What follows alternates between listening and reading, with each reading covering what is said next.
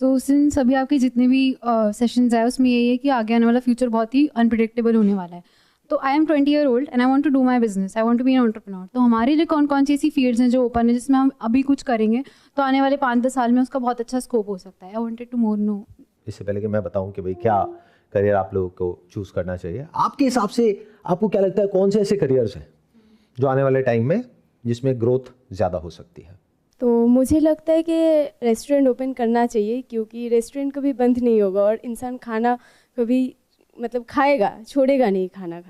Restaurant जिसकी आप बात कर रहे हो, that is the most risky business in the entire world. मतलब जितने रेस्टोरेंट्स खुलते हैं उसमें से 90% से ज़्यादा 1 साल के अंदर अंदर बंद हो जाते हैं। लोग खाना खाएंगे इसका मतलब ये नहीं है कि रेस्टोरेंट का बिजनेस चल जाएगा, दो अलग अलग चीज़ें हैं। And why are you saying restaurant? क्योंकि अगर मेरे सेशंस को ध्यान से देखा है तो इसका मतलब क्या है कि एक बहुत बड़ी क्राइसिस आने वाली है। तो क्राइसिस का मतलब क्या होता है? फाइनेंशियल क्राइसिस, जहां पर के आपका जितना खर्चा है वो बढ़ जाएगा बिकॉज ऑफ इन्फ्लेशन, और कमाई उतनी स्पीड से नहीं बढ़ पाएगी या फिर कमाई ऑलमोस्ट जीरो हो जाएगी। ऊपर से इधर उधर जो आपने इन्वेस्टमेंट्स कर रखे हैं उसकी भी वैल्यू कम हो जाएगी। तो जब जेब में पैसा नहीं होगा तो पैसा खर्चने के बारे में सोचोगे या एक एक रुपए बचाने के बारे में सोचोगे? तो खाना कहां महंगा पड़ता है, कहां सस्ता पड़ता है, रेस्टोरेंट में या घर पे? घर पे। इसका मतलब क्या है कि फ्यूचर में जो डिस्क्रिशनरी स्पेंड्स हैं वो कम होने वाले हैं। ये क्लियर हो रहा है क्यों? जब स्पेंडिंग पावर कम हो जाएगी और इन्फ्लेशन बढ़ जाएगी तो इंसान सिर्फ सर्वाइवल के बेस पे रहेगा कि बस रोटी का पड़ा मकान, तो रोटी तो बचेगी ऑफ कोर्स, तो एग्रीकल्चर का बिजनेस माइट इंक्रीज। राइट। तो आप एक स्टेप आगे चले गए, यानी कि एग्रीकल्चर का बिजनेस। अब वहां पे भी एक बहुत बड़ा क्वेश्चन मार्क है। एक होता है हेडविंड, एक होता है टेलविंड। ध्यान से इन दोनों के बीच के फर्क को समझो। किसी को आइडिया है क्या होता है बिजनेस में या इंडस्ट्रीज में हेडविंड क्या होता है और टेलविंड क्या होता है? ये समझने से पहले कि आपको क्या करियर चूज करना चाहिए आगे अपने लिए, चाहे वो बिजनेस हो, चाहे वो जॉब हो, anything, any profession for that matter, आपको इस कॉन्सेप्ट को समझना पड़ेगा। What is headwind and what is Tailwind? Headwind मतलब क्या कि कोई ऐसा बिजनेस जहां पर जो गवर्नमेंट की पॉलिसीज है या जो मैक्रो एनवायरमेंट है या जो इकोनॉमी में हो रहा है या पूरे वर्ल्ड में हो रहा है वो उस बिजनेस को सपोर्ट नहीं कर रहा है बल्कि उसमें रुकावट पैदा कर रहा है। जैसे आप किसी हिल स्टेशन पे चल रहे हो और हेडविंड यानी कि सामने से जो हवा चल रही है वो बहुत तेज है, तो ऐसा नहीं आप आगे नहीं बढ़ सकते, बट आगे बढ़ने में एफर्ट बहुत ज्यादा लगाना पड़ेगा। और टेलविंड मतलब पीछे से हवा चल रही है तो आप एफर्ट कम भी लगाओगे तब भी आप तेज भाग सकते हो। तो आपको देखना होगा किन सेक्टर्स में हेडविंड आने वाली है, किसमें टेलविंड आने वाली है सबसे पहले। लेकिन इसका मतलब ये नहीं है, because you tend to oversimplify things whatever I say. तो इसका मतलब ये नहीं है कि अगर हमने ये आइडेंटिफाई कर लिया कि उस सेक्टर में टेलविंड आने वाली है तो आप उस सेक्टर में जाओगे, काम करोगे और करोड़पति बन जाओगे, ऐसा नहीं है। उसमें भी बहुत सारे लोग सक्सेसफुल होंगे और फेल होंगे, उसमें भी कंपटीशन है, जैसे कि उधर दूसरी जगह पे कंपटीशन है, लेकिन कंपैरेटिवली कम एफर्ट में सक्सेस मिलने के चांसेस, प्रोबेबिलिटी वहां पर ज्यादा है, श्योरिटी कहीं भी नहीं है। अब अगर इन दोनों बिजनेसेस की हम बात करें, यानी कि एक हो गया रेस्टोरेंट का बिजनेस, फाइनेंशियल क्राइसिस के समय जब गल्फ का जो पूरा का पूरा एरिया है वहां पर एक वॉर है ऑयल की, जिसकी वजह से ऑयल के प्राइसेस बढ़ रहे हैं और वो कहां तक जा सकते हैं वो डिपेंड करता है कि वॉर कब तक चलेगी। और ये प्रेडिक्ट करना इज नेक्स्ट टू इम्पॉसिबल कि वॉर कब खत्म होगी। ये सिचुएशन और कॉम्प्लिकेटेड होती चली जा रही है। जितनी सिंपल समझी थी लोगों ने कि 1 महीना पहले कि ये तो कुछ दिन में खत्म हो जाएगी, ऐसा कहीं भी दूर दूर तक नजर नहीं आ रहा है। हो सकता है वॉर कुछ महीने चले, हो सकता है कुछ साल भी चल जाए। तो एनर्जी प्राइसेस का क्या होगा? और उसके साथ में सब कुछ जुड़ा है, मैन्युफैक्चरिंग, ट्रांसपोर्टेशन, ट्रैवल, सब कुछ किससे जुड़ा है? ऑयल से। तो सब कुछ महंगा हो जाएगा। तो मान लो महंगाई बढ़ गई 50% से, क्या आपकी सैलरी बढ़ जाएगी अगले साल 50% से? इनफैक्ट जो लोग नॉन डिस्क्रिशनरी आइटम्स वाली कंपनीज में काम कर रहे होंगे उनकी तो जॉब उल्टा निकलेंगे वो वहाँ से, क्योंकि जब उनकी सेल नहीं होगी उन कंपनीज की तो ऑफ कोर्स वो अपने एम्प्लॉयज को कैसे पे करेंगे। और ये एक विशियस साइकिल होती है। जितना जो कंपनीज है वो लोगों को निकालती है उतना ही वो लोग और कंज्यूम कम करते हैं, तो कंपनीज के प्रोडक्ट्स और सर्विसेज और कम बिकते हैं, तो उनको और लोगों को निकालना पड़ता है। तो एक तरह का एक लूप बन जाता है जिसको रिसेशन कहते हैं, और जो अगर बहुत सालों तक चल जाए उसको डिप्रेशन कहते हैं। जैसे यूएस की इकोनॉमी में हुआ था द ग्रेट डिप्रेशन। तो मैं ये नहीं कह रहा ऐसा कुछ होने वाला है, बट हो सकता है। तो क्या आप उसके लिए तैयार हो? तो ध्यान से समझो जो बात मैं बोल रहा हूं। हेडविंड कहां है, टेलविंड कहां है? अगर आप एक रेस्टोरेंट खोलते हो ऐसे एनवायरमेंट में जहां पर ऑलरेडी रेस्टोरेंट बिजनेस में बहुत ज्यादा कंपटीशन है, बहुत ज्यादा ओवरहेड्स है, सुनने में, दूर से देखने में बहुत आसान लगता है, जब आप अंदर घुसते हो तब पता लगता है कि कितना कॉम्प्लिकेटेड है। या तो आप डायरेक्टली बेचने की कोशिश करोगे जहां पे जो रेंट है उस स्पेस का वो बहुत ज्यादा है, प्लस जो इनिशियली अपने काम को चलाना है that is next to impossible, क्योंकि कंपटीशन बहुत ज्यादा है। और आप अपने ऊपर रख के देखो कितनी बार ऐसा होता है कि एक ही रेस्टोरेंट में बार बार जाते हो आप। You want to try out new restaurant every time. और अगर ये ऑनलाइन मार्केट प्लेसेस के थ्रू बेचोगे तो इनकी जो टर्म्स है वो ऐसी है कि जहां पर वो तो पैसा कमा रहे हैं और कमाएंगे और उनको भी सर्वाइव करना है, उनकी भी कोई गलती नहीं है, बट जब उन प्लेटफॉर्म्स पे आप एड्स रन करोगे, ऊपर से जो उनकी कमीशन होती है वो दोगे और जो बाकी सारी कॉस्ट होती है उस सबको कैलकुलेट करोगे, तो even if you have opened a cloud kitchen, उसमें भी कंपटीशन बहुत ज्यादा है। उसमें भी जो बड़े बड़े प्लेयर्स हैं विद डीप पॉकेट्स, जिनको फर्क नहीं पड़ता है 2-4 करोड़ रुपए लगा दो, 2-3 साल में रिटर्न आती रहेगी, उनके लिए कोई दिक्कत नहीं है। बट आपने मान लो 5-10 लाख रुपए कहीं से ले करके अपना जो भी जोड़ा हुआ था वो सब लगा दिया, अब वो तो 2-4 महीने में 6 महीने में खत्म हो गया, अब क्या करोगे? बंद कर दोगे बस। तो इसका मतलब क्या है? एक तरफ से बिजनेस बहुत मुश्किल है, नंबर 1। अब ये मैं नहीं कह रहा हूं, स्टैटिस्टिकली इट इज प्रूवन। आप जा करके रिसर्च कर सकते हो चैट जीपीटी पे, जेमिनी में, ग्रॉक में या कहीं पर भी, कि ऐसे कौन से बिजनेसेस हैं पूरे वर्ल्ड में जहां पे फेलियर रेट सबसे ज्यादा है। उसमें जो रेस्टोरेंट बिजनेस है ये टॉप पे कहीं पे आएगा।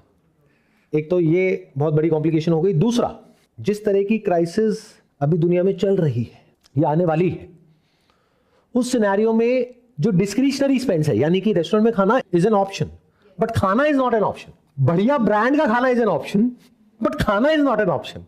तो इसका मतलब क्या होगा? ऐसे सिनेरियो में हेडविंड्स बहुत ज्यादा स्ट्रांग हो जाएगी डिस्क्रिशनरी बिजनेसेस के लिए। डिस्क्रिशनरी मतलब क्या, ये क्लियर हो रहा है? कोई एग्जांपल देगा आप में से कि किस तरह के डिस्क्रिशनरी स्पेंड्स होते हैं और किस तरह के नॉन डिस्क्रिशनरी होते हैं? Discretionary means that is not essential.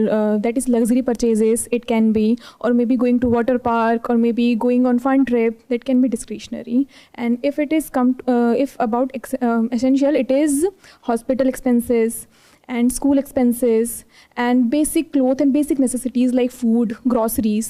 तो अगर ये आपको समझ आ रहा है दोनों के बीच का फर्क, डिस्क्रिशनरी और नॉन डिस्क्रिशनरी के बीच में, तो एग्रीकल्चर की अगर बात करी जाए तो ऐसे में जब महंगाई बढ़ रही होगी हर चीज की, तो एक ऐसी चीज है जिसके ऊपर आप कॉस्ट चाह करके भी कम नहीं कर सकते, वो क्या है? खाना।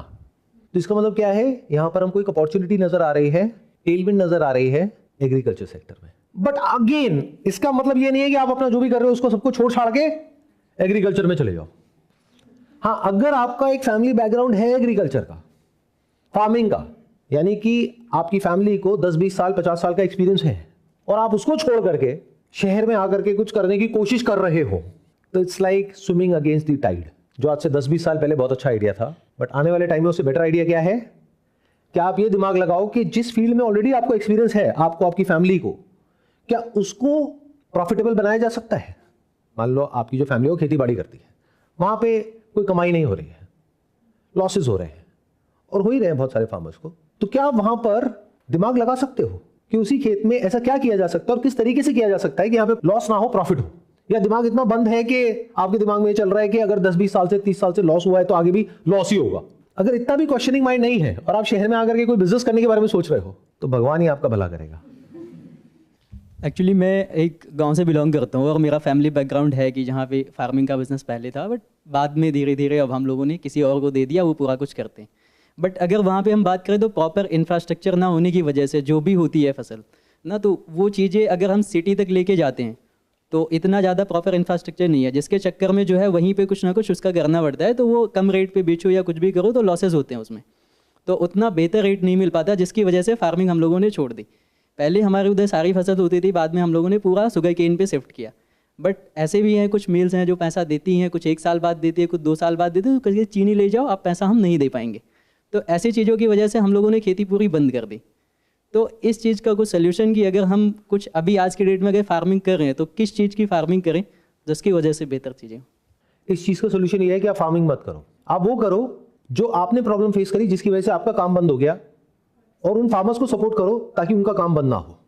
जिस वजह से आपका बिजनेस बंद हुआ, क्यों हुआ? क्योंकि आपने कहा वो इंफ्रास्ट्रक्चर नहीं है, जिस वजह से वो गांव से जब तक शहर तक पहुंचता है माल, वो माल या तो खराब हो जाता है या उसकी क्वालिटी गिर जाती है, जिस वजह से उतना दाम नहीं मिलता है जितना कि आपने कॉस्ट लगाई उसको प्रोड्यूस करने में।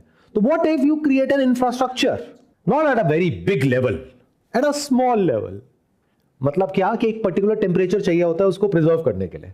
तो अगर ऐसे कुछ ट्रक्स, बहुत बड़े नहीं, मान लो छोटे छोटे, अगर ऐसे कुछ ट्रक्स से आप शुरू करो, 1 या 2 ट्रक से, जहां पर के वो जो किसान है उनको आप बोलो कि अभी आप इतने का बेच रहे हो यहां पर, यहां की मंडी में, अगर ये ना करो, आप मुझे दो तो मैं आपको बेटर प्राइस देता हूं। और आपको क्या करना है, उस माल को लेकर के जाना है जहां पर उसका बेटर प्राइस मिल रहा है फॉर दैट पर्टिकुलर क्वालिटी, वो उनको दे पाओ। या बेटर स्टिल, शहर में जा करके पहले देखो कि ये जो आपकी क्रॉप है, मान लो शुगर केन है, तो उसका ज्यादा प्राइस किस तरह की शुगर केन को मिलता है और कम प्राइस किस तरह की शुगर केन को मिलता है, और कौन सा जो बायर है वो ज्यादा प्राइस देता है और कौन है जो कम देता है, कौन है जो उधार पे लेता है, कौन है जो कैश में डीलिंग करता है, और उनको एग्जैक्टली क्या चाहिए। मतलब पहले आप ये रिसर्च करो, फिर उसके बीच में एक तरह का एक ब्रिज बना दो। तो what if you become the middleman rather than being here और देयर। क्लियर हुआ कि पहले हमने चूज किया कहां पर टेलविंड है, फिर ये चूज किया कि वहां पर किस तरीके से क्या काम करना है। अब मैंने क्यों कहा इनको कि आप ये मत करो, क्योंकि अगर ये फार्मिंग करने लग गए, दैट इज मैन्युफैक्चरिंग, तो डिस्ट्रीब्यूशन कौन करेगा। एक आदमी अगर सब कुछ करने की कोशिश करेगा तो एंड में वो कुछ भी नहीं कर पाएगा। तो मैंने क्या कहा, ज्यादा प्रॉफिट जो इसमें है वो डिस्ट्रीब्यूशन में है, ना कि मैन्युफैक्चरिंग में। तो आप डिस्ट्रीब्यूशन में आ जाओ। Right now I am planning to buy a property में दिल्ली एनसीआर या किसी टियर 2 सिटी में, तो बड़े सारे ऑप्शंस आते हैं कि बनती हुई वाली लो, जो भी बन रही है, या बनी हुई लो, किस हिसाब से प्रॉपर्टी खरीदो कि आगे कंटिन्यूइंग दिस वॉर थिंग और जैसे आने वाला है उसमें वो इन्वेस्टमेंट मुझे अप्रिसिएशन ही दे। इट वोंट, क्योंकि it won't take me to the date, more of date zone. तो आपका क्वेश्चन क्या है कि वो प्रॉपर्टी लेनी चाहिए नहीं लेनी चाहिए, व्हाट इज योर क्वेश्चन। मतलब रियल एस्टेट में इस पॉइंट पे इन्वेस्ट करना चाहिए कि नहीं करना चाहिए। मेरे स्टैंड पॉइंट से देखोगे तो अभी ये सही टाइम नहीं है। ये एक बबल है जो आज नहीं तो कल क्रैश करेगा। मतलब आपको ये अपॉर्चुनिटी मिलेगी बट अभी उसका सही टाइम नहीं है। मतलब अगर मैं आपकी जगह होऊंगा तो अभी कुछ टाइम मैं ऐसी कोई इन्वेस्टमेंट नहीं करूंगा, और जब वो सही समय आएगा, यानी वो प्रॉपर्टी जो अभी आप ले रहे हो, मान लो 2 करोड़ की, वो रह जाती है 1 करोड़ की। ऐसा होता है, हो सकता है। देखो एक बात अच्छे से समझ लो, अच्छे से। आप कह रहे हो ऐसा हो सकता है, हो तो सब कुछ सकता है। दुबई का नाम सुना है? तो जिन्होंने भी दुबई में पैसा लगाया वो किस बेसिस पे लगाया? पिछले 50-60 साल लगे दुबई को अपनी एक इमेज बनाने में, through marketing and through PR and through all kinds of things, कि Dubai is the safest country in the world. आज दुबई में जिन लोगों ने रियल एस्टेट में पैसा लगाया हुआ है वो रो रहे हैं, वो कह रहे हैं भाई किसी भी दाम पे बेच दो। तो होने को तो सब कुछ हो सकता है। ऐसी ऐसी कंट्रीज है जहां पर के इतना कुछ हुआ है जिसके बारे में आपको पता नहीं है। तो अगर पता करना है कि क्या क्या हो सकता है तो you need to be more aware. In other words, जैसे कोई कुएं का मेंढक है तो उसकी सोच बस वहीं तक कन्फाइंड है, बट अगर कोई बाहर निकल जाए और देखे दुनिया में क्या क्या हो रहा है तो वो प्रेडिक्ट कर सकता है कि अच्छा यहां पर भी ऐसा कुछ होने वाला है। तो करियर को अगर आपको चूज करना है, फिर आप चाहे 20 साल के हो, 25 साल के हो, चाहे आपको अपने करियर को स्विच करना है, तो कैसा करियर चूज करें जहां पर के टेलविंड्स हो, यानी कि नॉन डिस्क्रिशनरी हो, जिसमें अब क्या क्या सेक्टर्स आ जाते हैं। सिर्फ फार्मिंग नहीं आता है, it is just one of the thousands of sectors which are there. अगर दिमाग खुला है तो फार्मिंग के अलावा और क्या आ जाता है? Health care. Is it discretionary और नॉन डिस्क्रिशनरी? Non discretionary. तो हेल्थ केयर में एक बहुत बड़ी अपॉर्चुनिटी है आने वाले टाइम में। कहां पर? अफोर्डेबल हेल्थ केयर, या फिर बहुत ही लग्जूरियस हेल्थ केयर, या फिर मेडिकल टूरिज्म। बिग अपॉर्चुनिटी, क्योंकि ये जो महंगाई है, आप लोग जब मेरी बातें सुनते हो तो आप कहां तक सोचते हो? आप इंडिया तक सोचते हो। मैं बात कर रहा हूं ग्लोबल लेवल पे। ये जो क्रूड ऑयल के प्राइस बढ़ रहे हैं सिर्फ इंडिया में नहीं बढ़ रहे हैं। इनफैक्ट इंडिया में तो अभी बढ़े नहीं है क्योंकि इलेक्शन आने वाले हैं। थोड़े टाइम बाद बढ़ेंगे, ऑब्वियस है। नहीं तो क्या रीजन है क्यों नहीं बढ़ा? बाकी सारी कंट्रीज में बढ़ गए, हमारे आसपास की जितनी कंट्रीज हैं पूरी दुनिया में बढ़ गए, इंडिया में क्यों नहीं बढ़ रहे? उसको आर्टिफिशियली अभी रोक के रखा हुआ है, बट कब तक रोक पाएंगे? एनी हाउ, तो ये जो ईरान वॉर है इसका असर डायरेक्टली आ रहा है ऑयल पे, यानी कि एनर्जी पे। एनर्जी चाहिए पूरी दुनिया को, तो पूरी दुनिया में इन्फ्लेशन आने वाला है। तो महंगाई सिर्फ यहां पे नहीं बढ़ने वाली, हर जगह बढ़ने वाली है। तो वेस्टर्न कंट्रीज जहां पर के हेल्थ केयर ऑलरेडी बहुत महंगा है, वो और महंगा हो जाएगा। तो वहां पर एक अपॉर्चुनिटी क्रिएट होगी मेडिकल टूरिज्म में, जहां पर के वहां से लोग यहां पर आएंगे अपना ट्रीटमेंट कराने के लिए। तो you can be the connecting link between them and the health care institutions here through marketing. तो यहां पे भी एक अपॉर्चुनिटी आ गई। इनफैक्ट अगर ध्यान से समझोगे इन दोनों जगह पे क्या इंसाइट्स निकल के आई? ज्यादा पैसा जो है फ्यूचर में वो डिस्ट्रीब्यूशन में है। इन अदर वर्ड्स, कोई ऐसा इंसान जो डिमांड को और सप्लाई को कनेक्ट कर रहा है, जिसके पास में नेटवर्क है, जिसके पास में ऐसी एक स्किल है कि जिसका एक इंस्टीट्यूशन है, मान लो एक हेल्थ केयर का एक टॉप नॉच वर्ल्ड क्लास एक हॉस्पिटल है इंडिया के किसी कोने में, बस दुनिया में तो लोगों को पता ही नहीं है। दुनिया में लोग सर्च कर रहे हैं लेकिन वो सर्च इंजन में कहीं आ ही नहीं रहा है। तो what if you create a website with top 100 health care institutions for this particular disease in India, और वो भी आप एआई के थ्रू रिसर्च करके पता कर सकते हो कि मेडिकल टूरिज्म में सबसे ज्यादा लोग किस तरह की बीमारी के लिए आते हैं। तो स्पेशलाइज उसी के लिए अगर एक वेबसाइट बनाओ और उस वेबसाइट को एसईओ में रैंक करो पूरे वर्ल्ड में, स्पेशली वेस्टर्न कंट्रीज में, and through SEM that is search engine marketing उसको प्रमोट करो, वहां से जो ट्रैफिक आए उन लीड्स को कैप्चर करके इन दोनों को आपस में जोड़ दो, और अगर आपको एक छोटी सी परसेंटेज भी मिल जाती है तो कितना कमा सकते हो। और इसमें फायदा किसका हुआ? उनका भी हो गया, यानी कि जो हेल्थ केयर इंस्टीट्यूशंस हैं, क्योंकि वो बड़ा सेटअप लगा के बैठे हैं। आपको किसने कहा कि आप बड़ा सेटअप लगाओ, यानी 50 करोड़ 100 करोड़ रुपए लगा करके एक बहुत बड़ा एक हॉस्पिटल बनाया है, आपको किसने कहा है आपको ये करना है? बट वो करने के बाद भी उसको मार्केटिंग तो आती नहीं है, तो आप मार्केटिंग सीख लो। मार्केटिंग सीखना आज की डेट में कितना मुश्किल है? बहुत आसान है। इसलिए तो मैं कहता हूं आसान है। अगर समझ के करोगे, दिमाग से करोगे तो सब कुछ आसान है, और बिना समझे ऐसे इधर उधर कुछ भी करने लग जाओगे तो बहुत मुश्किल है। यानी प्रॉब्लम को समझो, उसका सोल्यूशन निकालो। If you can do that तो काम हो गया है। So as you said कि अगर हम एक्चुअली में एनालाइज करें, like strategist guys who analyse the gaps, like यहाँ पर अपने एग्रीकल्चर में गैप को एनालाइज किया, और जो स्ट्रैटेजिस्ट होते हैं जो ये गैप्स को एनालाइज करें और उसके बाद feasible solution, like you know like the golden triangle rule, the price value and now the distribution is pending here. Those people who can think about the strategy, who can create that strategy, are also like going to boom in this coming world. Why not? और देखो इसी से related एक और business model निकल के आ गया। वो क्या है? अब आपने कहा कि ना तो मेरे को मार्केटिंग में इंटरेस्ट है, ना मेरे को मैन्युफैक्चरिंग में इंटरेस्ट है, ना मेरे को कंज्यूमर बनने में इंटरेस्ट है। मेरे को तो मजा आता है इस तरह की स्ट्रैटेजीज बनाने में, इस तरह की रिसर्च करने में, ऑन ग्राउंड जा करके कि ऐसे क्या क्या गैप्स हैं, क्या क्या अपॉर्चुनिटीज हैं। क्योंकि हर इंसान आज की डेट में अपॉर्चुनिटी ढूंढ रहा है पैसा कमाने की। बहुत सारे लोग इस वजह से क्योंकि उनकी नौकरी चली गई है, बहुत सारे लोगों को नौकरी नहीं मिल रही है, बहुत सारे लोग ऐसे हैं जिनको एक पर्टिकुलर फील्ड में एक्सपीरियंस तो है लेकिन ग्रोथ रुक गई है, तो they want to do something on their own. तो what if you create a YouTube channel जहां पर आप प्रॉपर रिसर्च करो, और रिसर्च करके उन वीडियोस को अपलोड करो जहां पर आप बताओ कि देखो इस फील्ड में ऑन ग्राउंड जा करके, जैसे न्यूज रिपोर्टिंग होती है जहां पर वो ऑन ग्राउंड जा करके एक प्रॉब्लम को समझते हैं फिर दुनिया के सामने रखते हैं। What if you go on ground and understand the problems of these farmers or these healthcare institutions, और उसको YouTube पर अपलोड करो और दिखाओ कि देखो ये वो प्रॉब्लम है जो ये लोग फेस कर रहे हैं। तो इस तरह के कंटेंट में लोग इंटरेस्ट लेंगे या नहीं लेंगे? ऑल्दो सेगमेंट बहुत बड़ी नहीं होगी, इस तरह की वीडियोस पे आपके करोड़ों व्यूज नहीं आएंगे, पर जो सेगमेंट होगी वो बहुत ही टारगेटेड होगी। And in this you can make videos even in English also, क्योंकि आपकी जो ऑडियंस है that could be global. For example, you tap this segment of medical tourism and create a dedicated YouTube channel for medical tourism, and you go to all these places, same जिस तरीके से travel vloggers करते हैं। आपको पता है उनको कितनी कमाई होती है और कैसे होती है? ये जो होटल्स हैं इनके पास में हमेशा आइडल कैपेसिटी होती है, मतलब कि हमेशा ऐसा नहीं होता कि उनके रूम्स भरे पड़े हैं। कभी ऐसा भी होता है कि सारे रूम्स फुल हैं, बहुत बार ऐसा भी होता है कि बहुत सारे या सारे रूम्स खाली पड़े हैं। तो इनको क्या चाहिए? इनको डिस्ट्रीब्यूशन चाहिए। तो डिस्ट्रीब्यूशन कैसे मिलता है?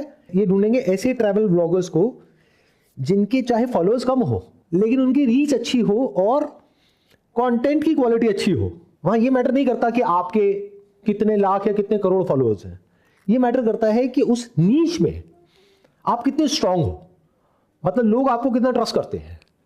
तो ऐसे फॉलोअर्स को ये होटल्स और रिजॉर्ट्स रीच करते हैं और कहते हैं कि आप आ जाओ हमारे यहाँ पे, 3 दिन 4 दिन रहना, खाना पीना, फ्लाइट, ये वो सब फ्री, सब हमारी तरफ से। ऊपर से हम आपको पैसा भी देंगे, ऊपर से जो आपके एफिलिएट लिंक के थ्रू कोई क्लिक करके आएगा उस पर आपको कमीशन भी देंगे। वो बोलते नहीं है एंड में, क्या ये नीचे लिंक है, अगर आप ये मेरा कोड डालेंगे तो आपको 10% डिस्काउंट मिलेगा। आपको 10 मिलता है, 10 उनको भी मिलता है। सो इस तरीके से अगर आप मेडिकल टूरिज्म में करो, आई एम नॉट श्योर अभी इंडिया में कोई कर रहा है नहीं कर रहा है, but it's a big opportunity. देखा कैसे एक अपॉर्चुनिटी निकल करके आई। अब ये ओवरनाइट नहीं हो जाएगा। आप लोगों की प्रॉब्लम क्या है? Because you want overnight success, and that is the biggest difference between smart money and dumb money, smart people and dumb people, as harsh as it may sound.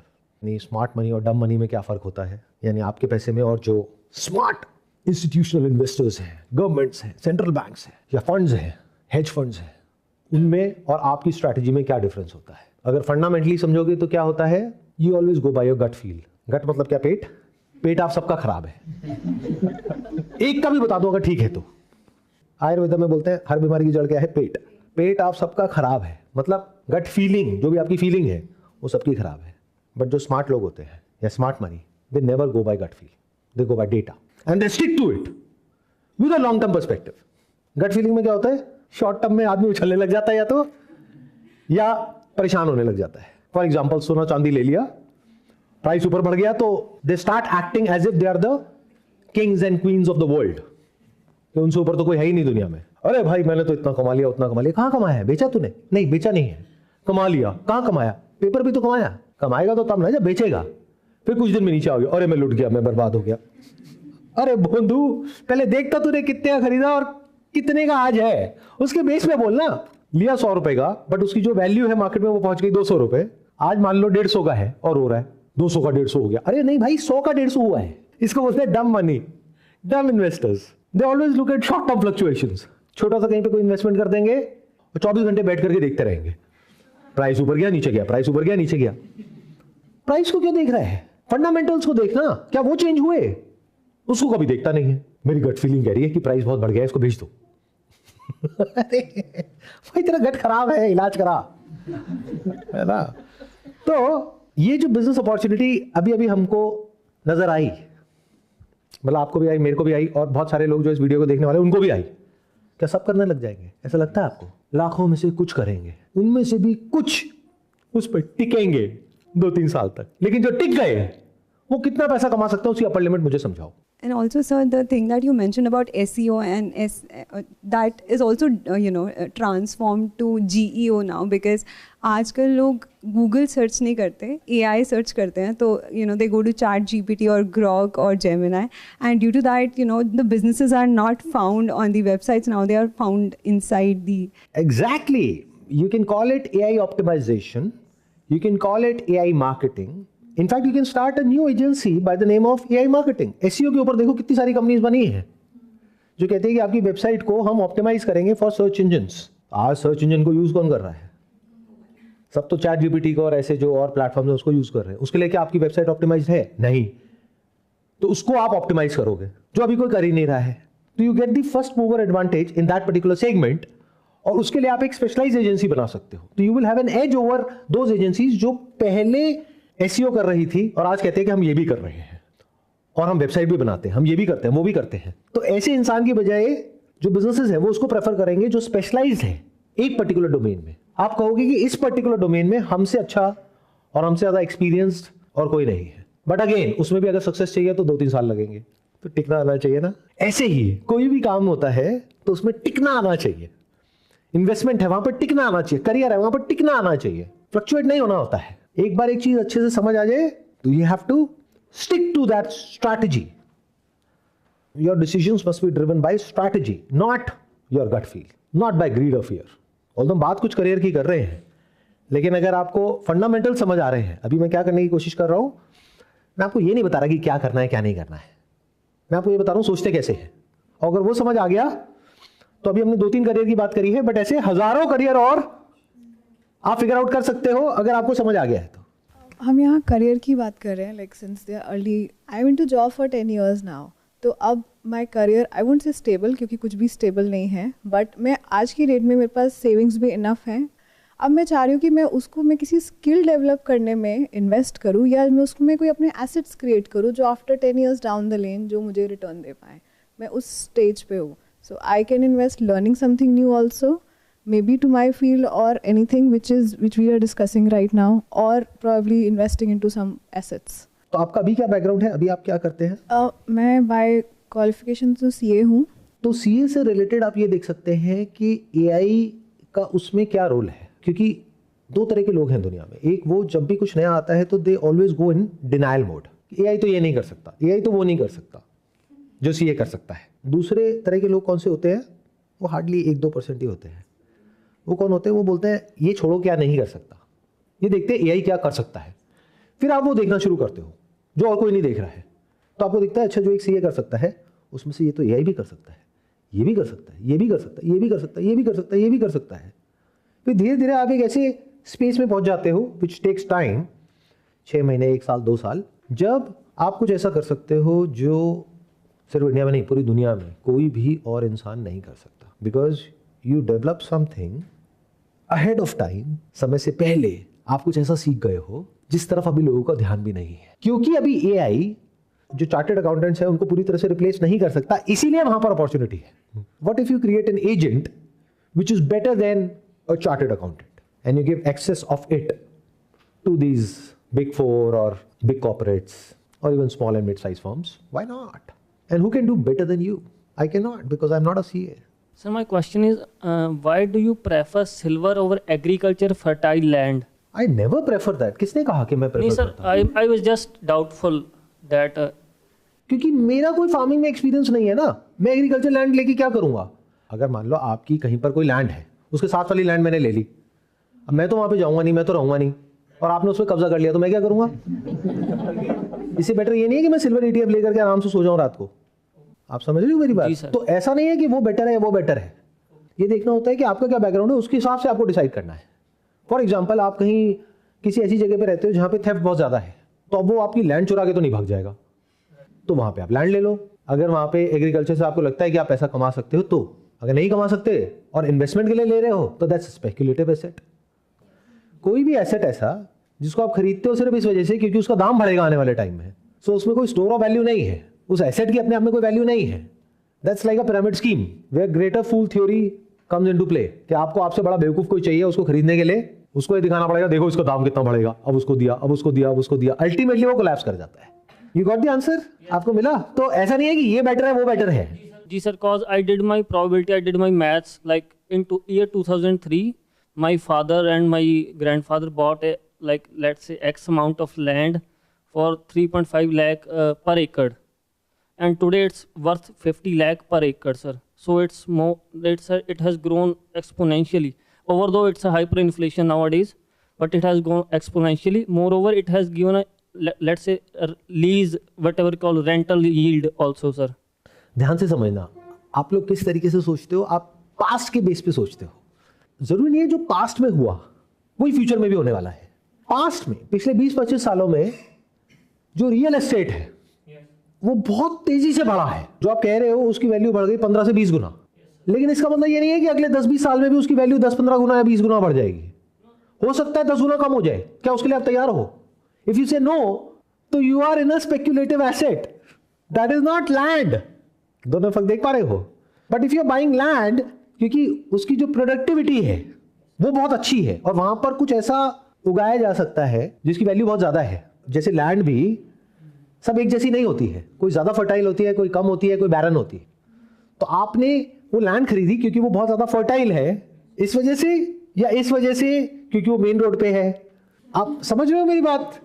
तो वो अपने आप से पूछो, if you are buying land क्योंकि past में उसका दाम बढ़ा और फ्यूचर में भी बढ़ने वाला है, तो आप उस स्पेक्युलेटिव बबल का हिस्सा हो जहां पर आप खुद को बहुत अमीर समझ रहे हो, लेकिन गरीब होने में ज्यादा टाइम नहीं लगेगा। क्यों? क्योंकि इंट्रिंसिकली आपको देखना पड़ेगा कि उस लैंड की क्या वैल्यू है। जैसे आपने एक ऐसी लैंड ले रखी है जो कि फर्टाइल नहीं है और सिर्फ इन्वेस्टमेंट के लिए, क्यों? क्योंकि वहां पे सब लोग ले रहे थे, आपने भी ले ली और वो बढ़ गई, तो आपने जो पैसा कमाया उसको भी और लगा दिया और ले ली, फिर और लगा दिया, फिर और लगा दिया, फिर लोन भी ले लिया, फिर यहां से भी ले लिया, वहां भी लगा दिया, अपने घर वालों का भी लगवा दिया। तो ये क्या है? ये एक बबल है, स्पेक्युलेटिव बबल, क्योंकि उस लैंड की इंट्रिंसिकली कोई वैल्यू नहीं है। बट मान लो वो जो लैंड है वो किसी तरह की ऐसी इंडस्ट्रीज के लिए यूज हो सकती है जो फार्मिंग के लिए ना सही, लेकिन इंडस्ट्रियल पर्पसेस के लिए, वेयर हाउसेस के लिए, या कोल्ड स्टोरेज के लिए, या किसी और चीज के लिए वो यूज हो सकती है, और उस वजह से उसकी वैल्यू है। मतलब वो लैंड की अपने आप में एक वैल्यू है, नॉट जो मार्केट बोल रहा है, क्योंकि मार्केट तो ऊपर नीचे होता रहता है। आज मार्केट कहेगा वो लैंड 50 लाख की है, जब मंदी आएगी तो वो लैंड हो जाएगी 5 लाख की। Yes sir, it happened before, like in 2014 the price of land was fallen down by I guess 10 lakh per acre. It was 25, it went again to 15, 35. It happens like it fluctuates. हाँ, और जब महामंदी आती है, एक होती है मंदी, एक होती है महामंदी, जैसे रिसेशन और डिप्रेशन, तो उस वक्त में क्या होता है कि जो भी ऐसे एसेट्स होते हैं जिसकी इंट्रिंसिकली कोई वैल्यू नहीं होती, वो सब क्रैश कर जाते हैं। उसको बबल बोलते हैं। प्राइस बढ़ रहा होता है क्योंकि प्राइस बढ़ रहा होता है, बस यही वजह होती है। प्राइस बढ़ रहा है इसलिए सब खरीद रहे हैं, out of FOMO, fear of missing out. अगर मैं नहीं लिया और प्राइस बढ़ जाएगा। जैसे जो आपने रियल एस्टेट वाला क्वेश्चन पूछा था, उसमें भी यही हो रहा है। अगर आज की डेट में आप देखोगे तो अगर अभी मैंने नहीं लिया तो ये 2 साल पहले 1 करोड़ का था, आज ऑलरेडी 2 करोड़ का हो गया, ऐसा ना हो 4 करोड़ का हो जाए। That's why that is a bubble. आपको ये देखना है ऐसे कितने लोग हैं जो 2 करोड़ का वो खरीदने का अफोर्ड कर सकते हैं आने वाले 2 साल बाद या 5 साल बाद। उससे आपको क्लैरिटी आएगी कि ऐसे बहुत कम लोग हैं। 2 करोड़ का खरीदने के लिए उसकी EMI आएगी 2 लाख रुपए महीना। अब ऐसे कितने लोग हैं जो महीने का 5-10 लाख रुपए कमा रहे हैं जो 2 लाख की EMI भर सके, और 2 करोड़ में भी कोई बहुत अच्छा फ्लैट नहीं मिलने वाला है। 5-10 करोड़ से कम कुछ है ही नहीं दिल्ली NCR में, अगर ढंग का आप लेने जाओगे तो 10 करोड़ का फ्लैट कितने लोग खरीदेंगे? That's why that is a bubble. और 10 करोड़ का क्यों बिक रहा है? क्योंकि न्यूज में आ जाता है कि ये फ्लैट बिक गया 100 करोड़ का, अब ये बिक गया 150 करोड़ का, अब ये बिक गया 200 करोड़ का। तो अरे जब वो 200 करोड़ का बिक गया तो 10 करोड़ क्या होता है? It's like lottery. जैसे इंडिया की पॉपुलेशन है 150 करोड़, उसमें से किसी एक की लॉटरी लग गई 100 करोड़ की। अब आप कह रहे हो देखो उसकी लग सकती है, तो आपकी नहीं लग सकती? नहीं लग सकती, क्योंकि 150 करोड़ में से एक की लग सकती है 100 करोड़ की। सबकी लग गई तो वो लॉटरी टिकट की जो कंपनी है वो बंद हो जाएगी। बट आम जनता इतना दिमाग नहीं लगाती है, वो बस भेड़ बकरियों की तरह पीछे भागती रहती है। इस वजह से एंड में वो फंस जाती है। तो फाइनेंशियल प्लानिंग का जो एसेंस है वो ये है कि पहले लेवल पे अपनी स्किल पे इन्वेस्ट करो। अगर मैं स्टेप बाय स्टेप बताऊं, अब आपको देखना है आप किस कैटेगरी में हो, किस लेवल पर हो। सबसे पहले अपनी स्किल पे इन्वेस्ट करो, सबसे ज़्यादा रिटर्न्स वहां पर है। अपनी स्किल को ऐसा बना लो, खुद को ऐसा बना लो कि आप पैसा कमा सको। फिर दूसरा स्टेप आता है कि वो जो पैसा कमाया उसको बचाओ, ये नहीं कि सारा खर्च दो। फिर आता है कि वो जो बचाया उसको इस तरीके से इन्वेस्ट करो कि उस पैसे से पैसा आए, फिर वो जो पैसे से पैसा आ रहा है उसको खर्चो। सर आप में कौन सी स्किल्स थी जो मतलब यूट्यूब में टॉप लीडर आपको बनाया जिसने? और सर ये आज के ज़माने में मतलब मस्ट है कि होना स्किल्स, क्योंकि हमने देख रखा है कि बहुत सारी स्किल्स होती हैं लोगों के पास, तब भी वो लिंक्डइन में अनएम्प्लॉयड रहते हैं। It's a very good point. मेरे पास में कौन सी स्किल्स थी? ऊपर ऊपर से देखने में लगेगा मेरे पास में फोटोग्राफी नाम की एक स्किल थी, विच इज़ नॉट ट्रू, क्योंकि वो स्किल उस वक्त इंडिया में हज़ारों लोगों के पास और भी थी। तो मेरे पास में एक ऐसी स्किल थी उस वक्त जो और किसी के पास में नहीं थी। That was marketing. I knew something about marketing which includes but not limited to advertising and sales, जो और किसी को नहीं पता था। ये सबसे बड़ा सीक्रेट था मेरी सक्सेस का, ये सबसे बड़ी स्किल थी मेरी उस समय पर। और ये स्किल जितनी उस टाइम पे रेलेवेंट थी उतनी ही आज भी रेलेवेंट है। When I talk to my son and daughter और वो मुझसे पूछते हैं कि आगे क्या करना चाहिए, मैंने कहा जो भी करना है करो, बट सेल्स और मार्केटिंग को you can not take it for granted. There are lot of people in this world who know how to build a product और अ सर्विस, यानी कि उनके पास में स्किल है but they don't know how to market it. तो if you know how to market it तो आपको product बनाने की भी जरूरत नहीं, क्योंकि प्रोडक्ट बना करके लाखों लोग बैठे हैं। आज की डेट में बिजनेस में अपना कुछ करना और उसमें पैसा कमाना, if you understand what I am talking about, जो अभी आप नहीं समझते हो, यानी कि मार्केटिंग क्या होती है और आज के टाइम में मार्केटिंग क्या है, अगर ये आप समझ जाओ तो आप कितना पैसा कमा सकते हो, कितनी जल्दी कमा सकते हो, उसकी कोई अपर लिमिट नहीं है।